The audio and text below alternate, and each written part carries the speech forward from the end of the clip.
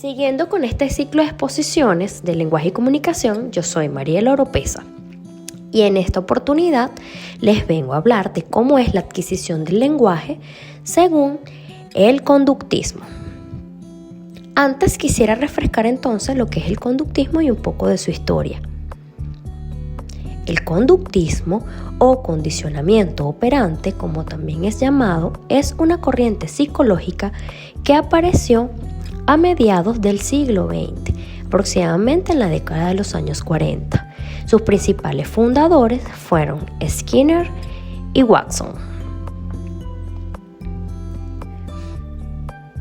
Este conductismo o condicionamiento operante se basa en el análisis observable de los comportamientos humanos y de los animales, y que estos sean registrables, observables para su posterior estudio y análisis.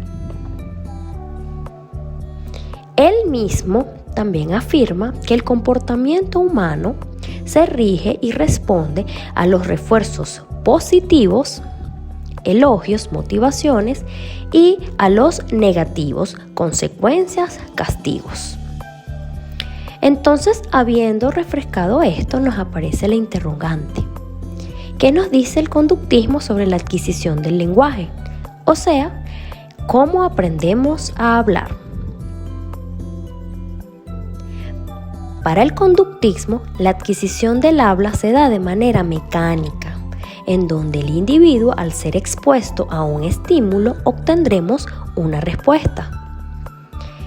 En otras palabras, el niño es constantemente sometido al estímulo del habla por parte de sus padres, y eso desencadena los procesos de imitación, de práctica y por consecuencia la formación del hábito.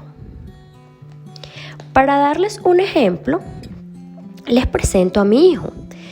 Obviamente ya sabemos de dónde sacó su guapura. Él se llama Leonel. Leonel, desde bebé, ha recibido diferentes estímulos del habla por parte de sus padres y familiares. Por medio de la imitación, logró reproducir fonemas y sílabas. Gracias a la práctica, se fueron convirtiendo en palabras.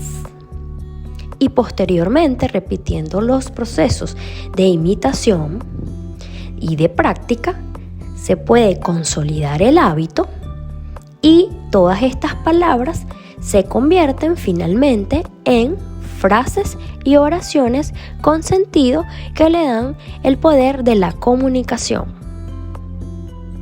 Recordemos que todo esto va de la mano del reforzamiento positivo, que en este caso se trata de los elogios y la alegría que recibe el niño cuando habla y lo hace de manera correcta. Y también los negativos, que son las correcciones y reacciones negativas que hacemos ver a los niños cuando se equivocan en el proceso de adquisición del lenguaje. Todo esto es un ciclo que se repite hasta verse consolidado. Se repite la imitación, la práctica, la repetición y de la mano de la motivación. Hasta que se consolida el hábito, se consolida el habla. Por otro lado, la explicación de la adquisición del lenguaje, según el conductismo, presenta pros o ventajas y contras o desventajas. Entre las ventajas, podemos decir que el conductismo explica la influencia de la imitación, la práctica, el hábito, los reforzamientos positivos y negativos, lo cual es realmente evidente e importante. Pero entre los contras, reduce la importancia de la influencia multifactorial de este complejo proceso de aprender a hablar.